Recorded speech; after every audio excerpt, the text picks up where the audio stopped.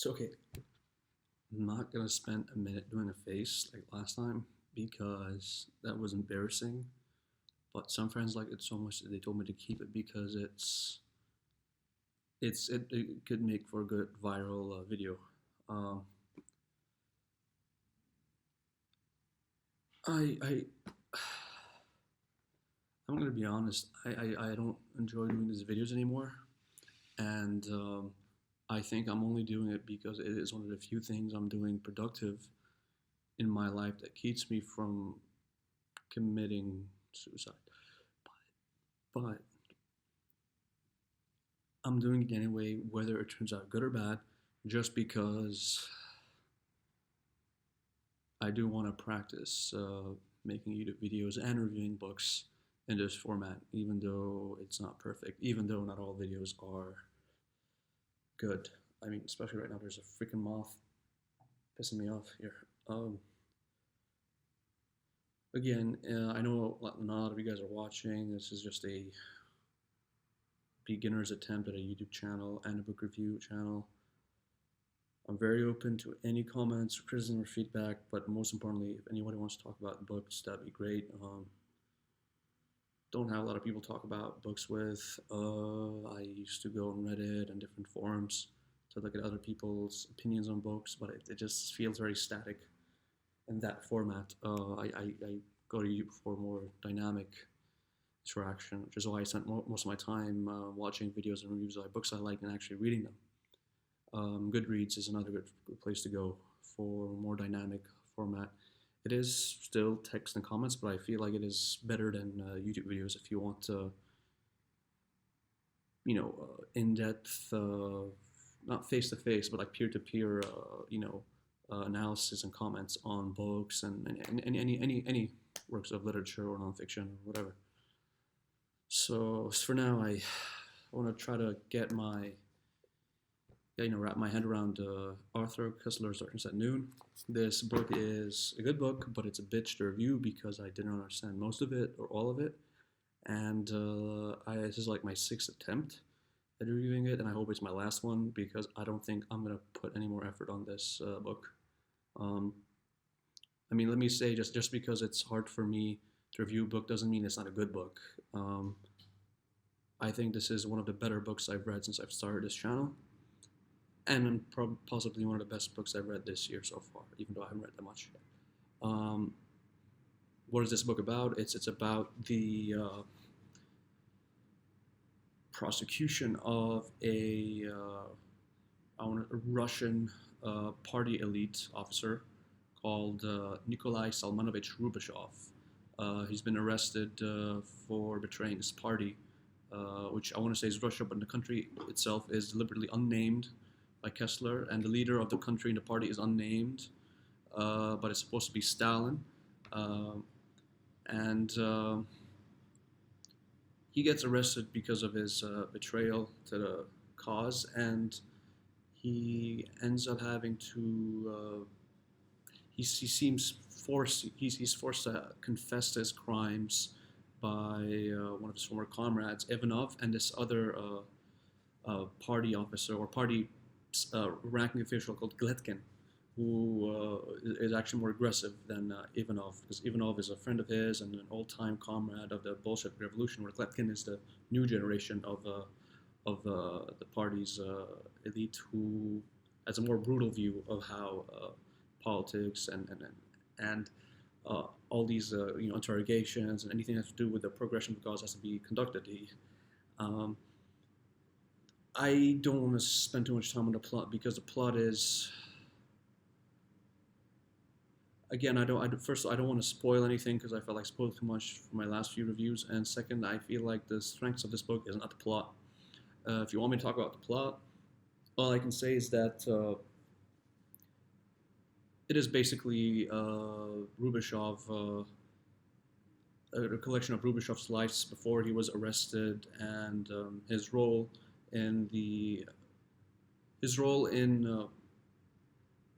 furthering the party's cause, and his eventual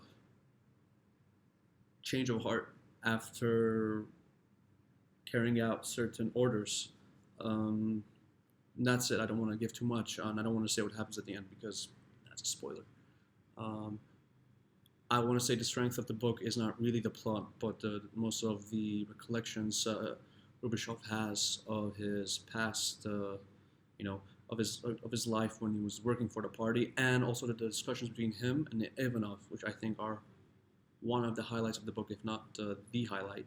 Uh, I wrote a short review of this book on Goodreads, and I said that like some of the dialogues in this books are right up there with Plato's Symposium, dialogues in the Brothers Karamazov, and some of my favorite parts from Infinite Jest. And it sounds like an exaggeration, but this book is really strange in that most of the prose is dull and flat and not too flowery, but discussions between the characters are really fascinating and gives the impression that this book is more like a vehicle to express ideas than an actual attempt at literary aesthetic merit. Like I feel like he was using the novel.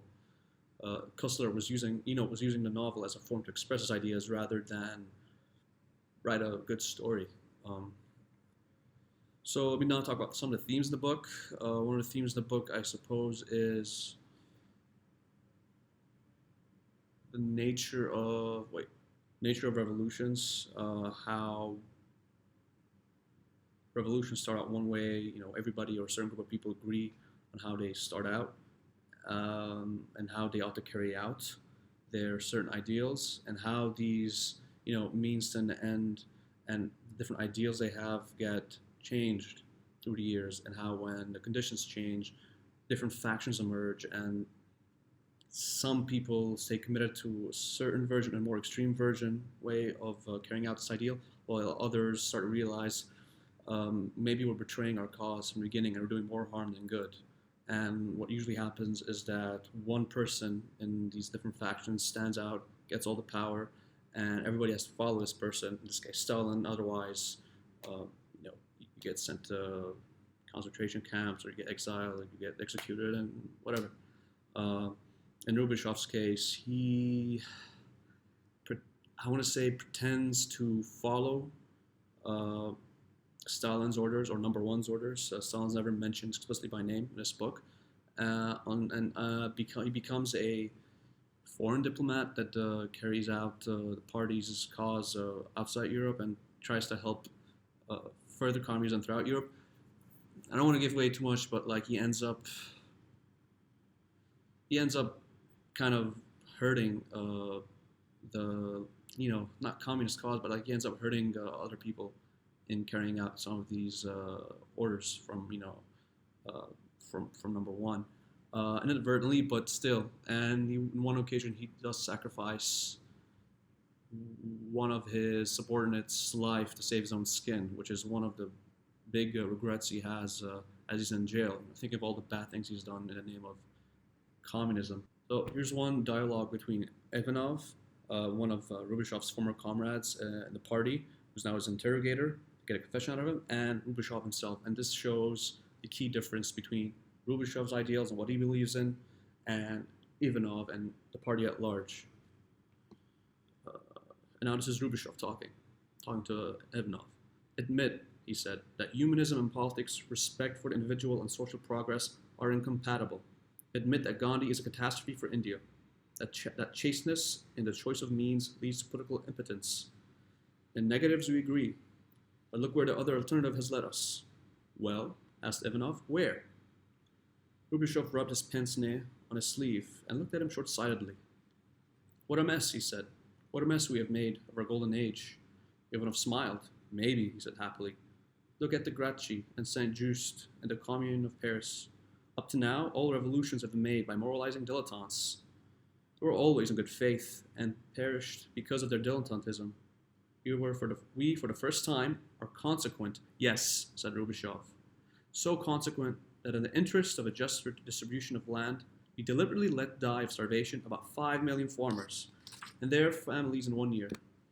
So consequent were we in the liberation of human beings from the shackles of industrial exploitation that we sent about 10 million people to do forced labor in the Arctic regions and the jungles of the East, under conditions similar to those of antique galley slaves. So consequent that to settle a difference of opinion, we know only of one argument: death.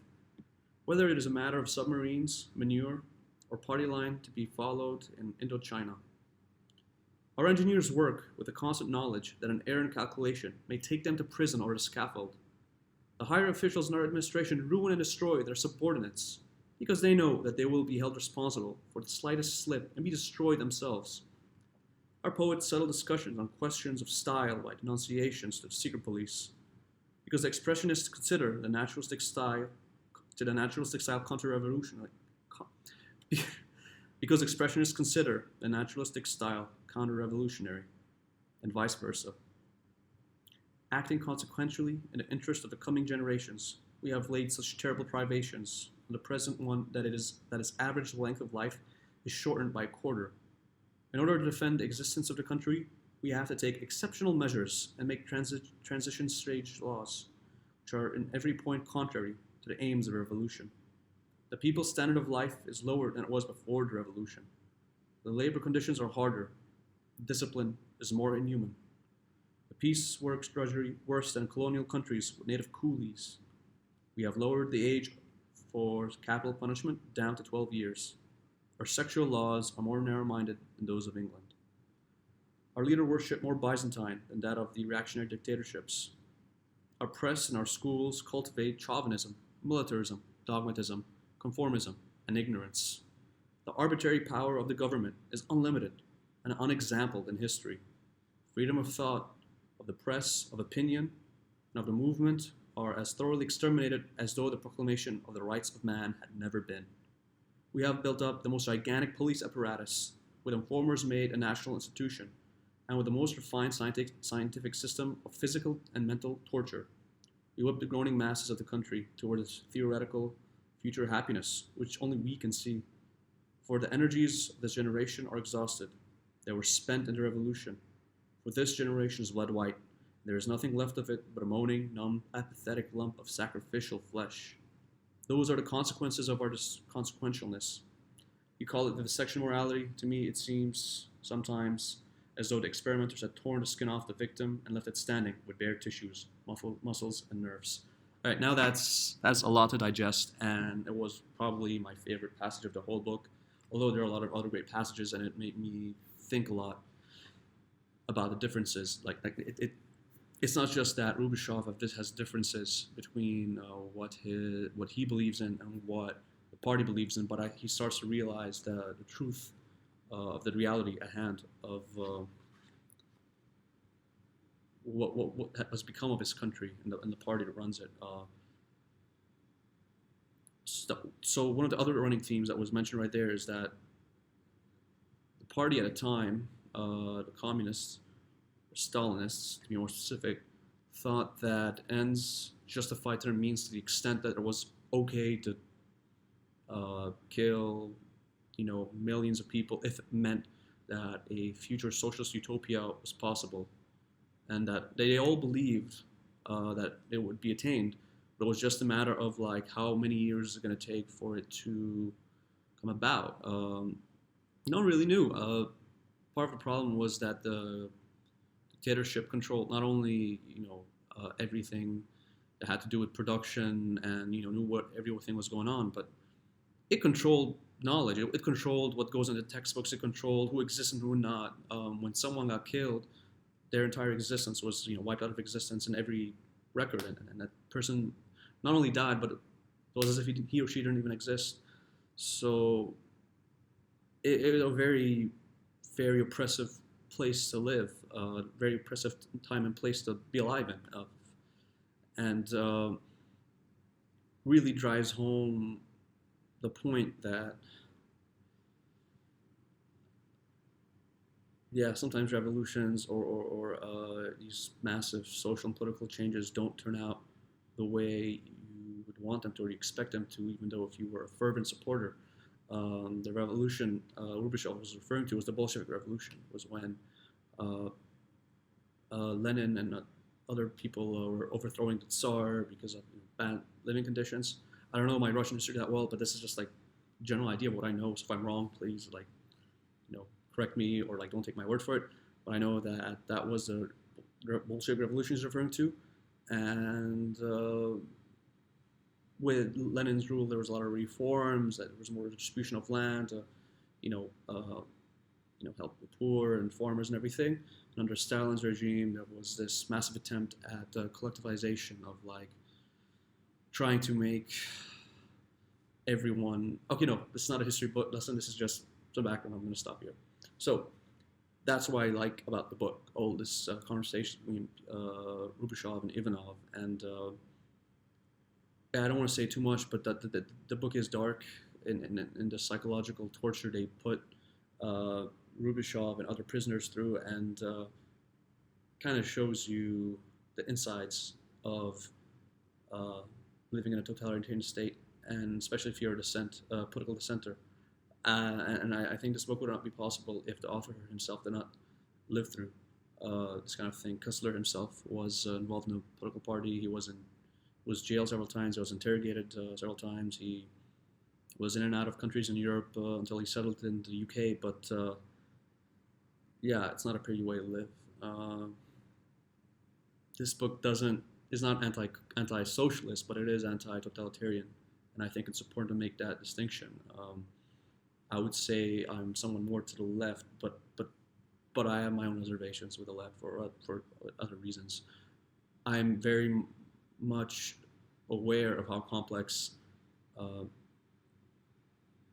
politics and government can be, and that there's a difference between dictatorship and a social democracy, and that dictatorships can come in different forms. You don't necessarily have to be Marxist, communist.